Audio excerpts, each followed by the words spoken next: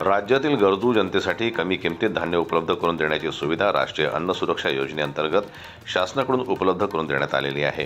परंतु राज्यातील कित्येक जिल्ह्यात पात्र असूनही लाखोंच्या संख्येने राशन कार्ड धारक या योजनेचा लाभ घेण्यास मुकलेले आहे। जाणीवपूर्वक किंवा जाणतेपणे त्यांना धान्य वाटप केलं जात नाही। तर तिथेच अमरावती जिल्ह्यातील अचलपूर तालुक्यातील अचलपूर परतवाडा येथील केशरी राशन कार्ड धारक लाभार्थींना देखील अजूनही धान्याचा लाभ मिळत नसल्यानं असंतोषाचं वातावरण आहे। या पार्श्वभूमीवर आज भारतीय जनता पक्षाकडून तहसीलदारांना निवेदन देण्यात आलं। या निवेदनाद्वारे सर्व पात्र लाभार्थ्यांना तातडीने धान्य वाटप करण्याची मागणी करण्यात आली।